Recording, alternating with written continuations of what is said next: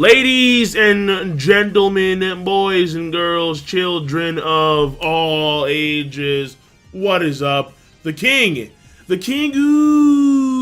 of lightning is here today, bringing you guys and gals One Piece. Whoa.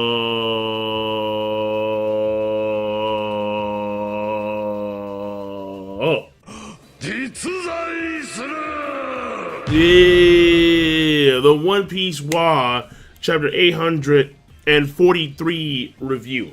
Now, I would normally do my live reactions, but I was spoiled by my little brother, like massively when it came to the chapter, like a few days ago. So I was like, you know what, fine, I'm gonna do a review. But unfortunately, I was sick, and like there was a lot of mucus, bro. There's mucus in the throat, and mucus in the nose, in the eyes. Like the eyes was kind of crazy. I'm like, dog, like it was all around the eyes. I'm like, shit. So I was not in my best condition at all. So that being said, I'm feeling a lot better today, Tuesday, though these videos are going to probably come out on Wednesday. And I'm guessing that the videos that I do on Wednesday are going to come out on Thursday. But either way, I have plans to be caught up with everything normally by at least Thursday or Friday. When it comes to the videos, if you don't know, I was on vacation in South Korea for a few weeks, and I came back middle last week, but then that's when I was sick and so on and so forth. But either way, I'm here today doing One Piece chapter 843 review. Now, let me say this first and foremost. Sanji versus Luffy.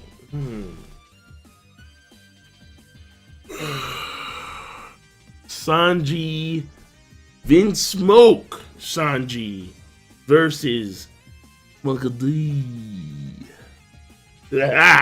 Now listen, I think Luffy should win this one, but he just fought against Cracker, though he took a power nap, and then he digested the biscuits, and then Sanji got beat up by his brothers beforehand, though he has the mask on that Reiju gave him. So where this goes, Luffy is the strongest of the monster trio, enough said, but I still want to see how things work out between Sanji versus Luffy. And on top of that, if his brother's going to step in, or if Judge's going to step in, or if Reiju steps in, I'm not too sure. But either way, I like where this chapter ends off with Luffy versus Sanji. That, I'm like, yeah, okay, here we go. Here we go. We've seen Luffy versus Zoro, never Sanji versus Luffy, and here we're getting it. So, yeah, I'm happy to see this. So that's the first thing. The second thing, the insane big bitch, Big Mamu, and like that, listen, that shocked me. I'm like, what?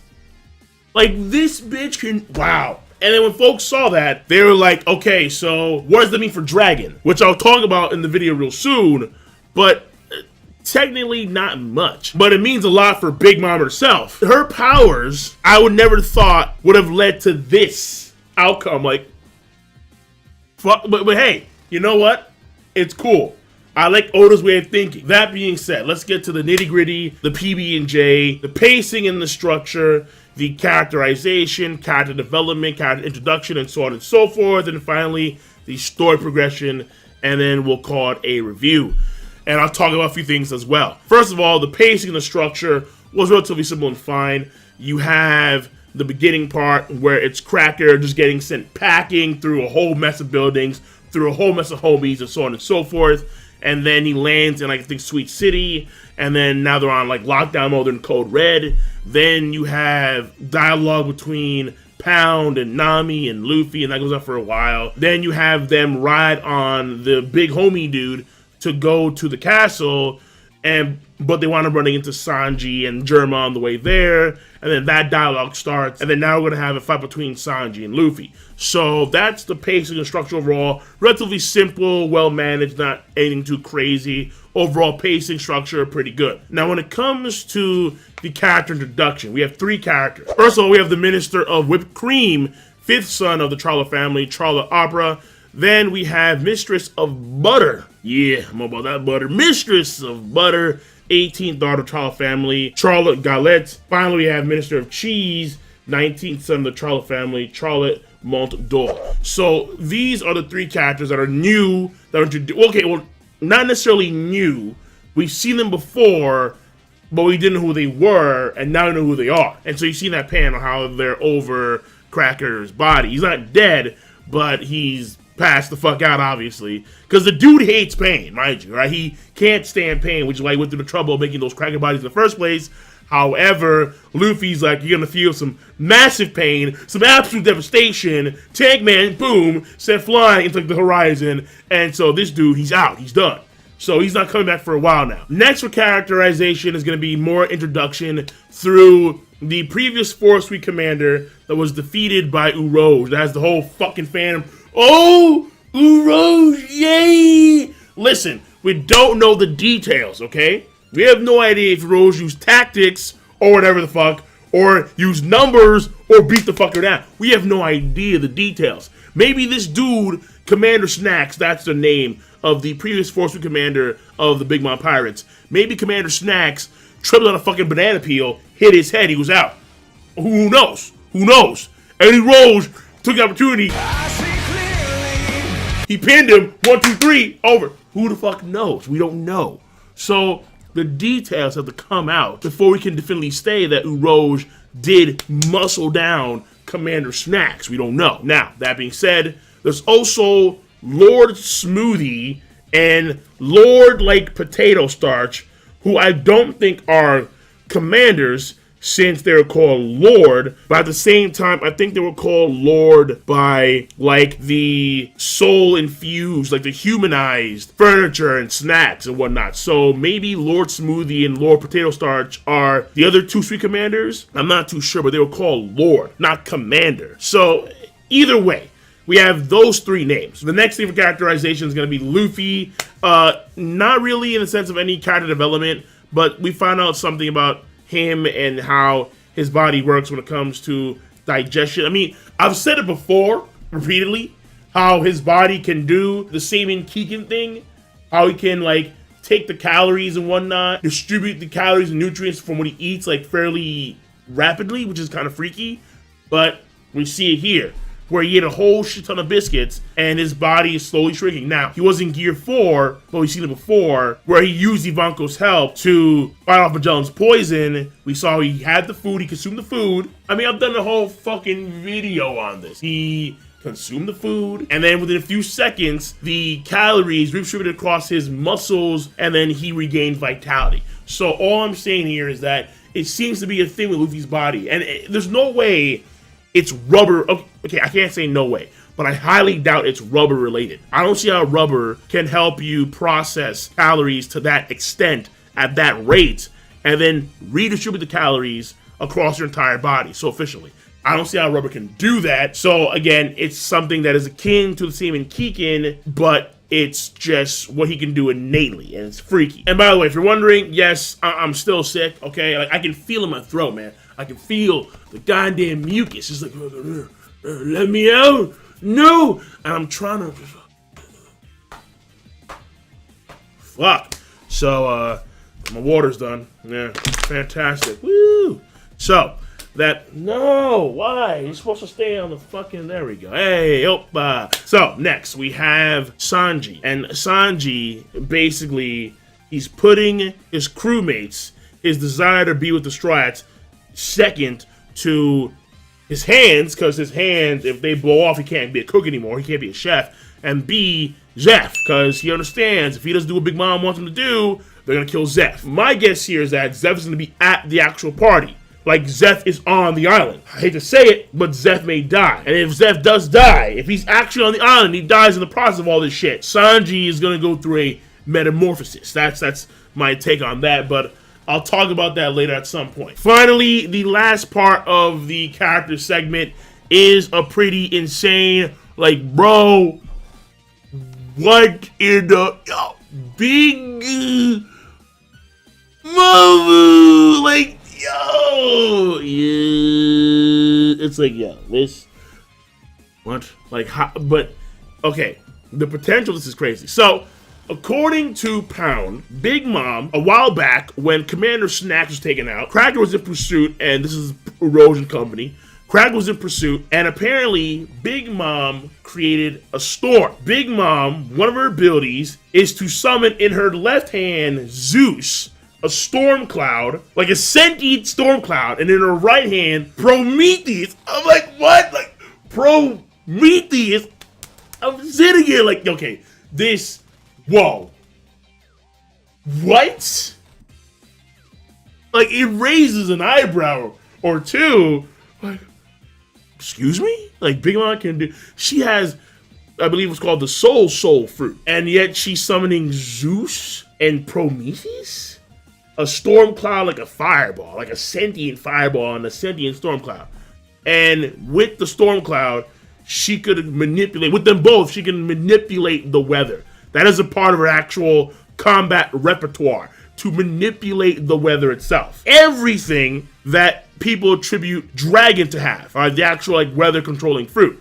Now, before I get to that, let me tell you about how insane that is and what may be going on there. The thing here is that Big Mom, what she's doing is that she may be taking a part of her soul, because she has the soul fruit, or like whatever it's called. Her soul probably operates in the same fashion as Brook's soul, but probably to like the umpth degree. In his case, it is specifically more so to come back from the dead, while in her case, it's real-time soul manipulation on like various levels. She probably takes a piece of her own soul and she embeds it inside of a cloud, and that is Zeus. Does the same thing for a fireball, like a fire, that becomes Prometheus. And so these entities can then control what they compose of. So the storm cloud can control other clouds, and then you have a storm. So basically, what I'm saying here, this is broken, is that in one hand, she has Enel, in the other hand, she has Ace, and she can use them at will. It's...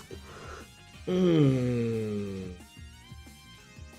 mean, that's what I'm thinking. Because she can imbue her soul in fire, that soul-imbued fire can then control all other various forms of fire or heat. And the same thing would apply to the cloud as well. That's...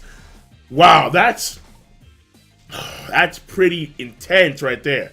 Again, imagine that. In one hand, to a certain degree, she has Enel. In the other hand, to a certain degree, she has Ace. That's bonkers, right?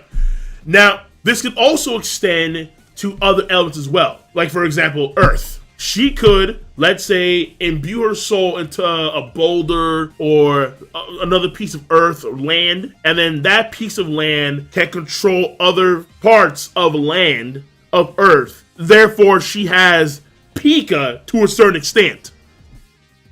That's like, whoa! You see what I'm saying? That's crazy, all right? Ace, Enel, Pika, she can, by infusing her soul with the elements, to a certain degree, control those said elements. Now, I don't see how she could do that for wind, because, I mean, how do you imbue your soul to wind? I don't know how you do that exactly. And water, there's no way, because water is the kryptonite of the devil fruits. So, she couldn't mess around with water. I highly doubt that. Big Mom's skill power has just broadened exponentially. It's the insane big bitch. Like, she can do so many more things. So many more. Fuck. And apparently she did this to, again, wipe out Urouge as well as Cracker. They teamed up, Big Mom and her, to wipe out Urouge like in an instant. Gone. This then ties to Dragon, because if you have Big Mom controlling the weather, if you have Enel controlling the weather, if you have Nami controlling the weather, you have characters that can control the weather. Are you going to have Dragon do the same thing? Be specifically a weather controlling Paramecia. Oda still could do that. We've seen Oda have variants of the same element throughout the entirety of the series with various characters. So you have, for example, the fire thing. You have Sanji, you have Ace, you have Sabo, you have Marco, and then to a certain extent you have Akainu. So, I mean, it's the same element, like, redone in various ways. So, you could have the same thing, because Nami controls the weather to a certain extent via her technology, via her weapons. You have Big Mom via the soul thing, Enel via the lightning, and so on and so forth. So, in the case of Dragon, I would say he's a wind Logia, and he can also control the weather via the wind in his case. But for him to be specifically a weather-controlling human, I mean, he still could do it. Oda could still do that, yes. but we're already at the point where we have various characters who can already fucking do that. Folks want to know, like, so does that mean that Dragon is, like, for sure not a weather-controlling human? Is he for sure a Winlogia, or is he for sure a dragon dude? No. He can still do the weather thing.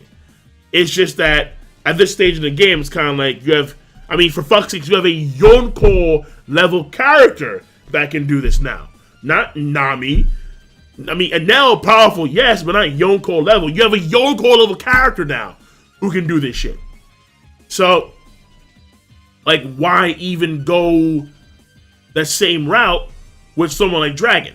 I mean, he can still probably do it, but kind of like Enel, where you're controlling the clouds via your element. In his case, lightning, and in Dragon's case, would be wind.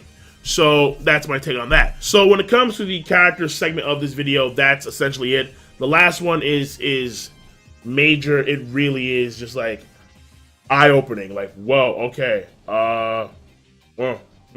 So Big Mom can do many things with her powers, all right? The soul fruit is shit. I mean, I'm just stoked in the sense of Big Mom, she's not a Whitebeard. What Whitebeard did was jaw-dropping in every way at that point in time. But we knew it was nerfed compared to what he actually could do. He was old and he was sick, okay? Now, Big Mom, she's probably old, but I don't think she's as old as Whitebeard. And as far as I know, I mean, she's mentally warped, she's mentally sick, but physically, she should be in tip-top condition. So I want to see what the Yonko could do in their prime state. This is Big Mom. As far as I know, this is her prime form. But maybe she does have some kind of physical ailment, like she has tuberculosis. I don't fucking know. She's gonna be the first Yonko we're gonna see use a slew of their powers while in their prime state. So let's see how far Big Mom can take us. And I can assume Kaido can go even further. And Shanks, I mean, the man's on top of Mount Everest. So, because he Shanks, right? He Shanks. So, moving on from there, we have finally the story progression part of this particular chapter. It ends off with, once again, Luffy versus Sanji. All thumbs up for me. I am stoked to see how that's going to roll out, because we've seen Sanji versus Zoro time and time again via like the gag stuff. We've seen Luffy versus Zoro. I want to see Sanji versus Luffy. I want to see how this rolls out. How far is this fight going to go? Is it going to be like a small skirmish, or is it going to be like a full-on battle? I mean, normally when it comes to in-crew fighting, the only exception to the skirmish is Luffy versus Usopp. That one was an actual like balls-to-the-wall, no-hold-barred fight. Whereas when it comes to the usual fights between Zoro and Sanji, between Luffy, like the feud between Luffy and Zoro, those were like skirmishes, like never like full-on balls to the wall. Like, let's play it all out until one of us is like knocked the fuck out. So I highly doubt it's gonna go that far. So it's gonna be a skirmish, that's my guess. But if it is gonna turn out to be like an Usopp level thing, all right, well, let's see how this pans out. Though, granted, both are kind of weakened, Luffy more so than Sanji. That's, to me, I think, very obvious. Also, we have, again, the defeat of Cracker. We have Sweet City on, like, high alert because of Cracker's body, like, just landing there after, like, he got sent packing via the Fusen version of Gear 4 in Tankman form. And then we have Luffy actually meeting up with the Germa.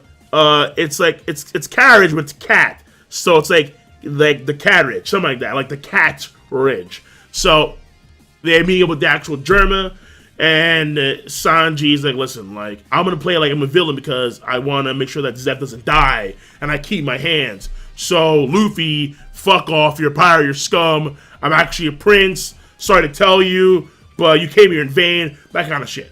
So I mean, that's it for the story, all honesty.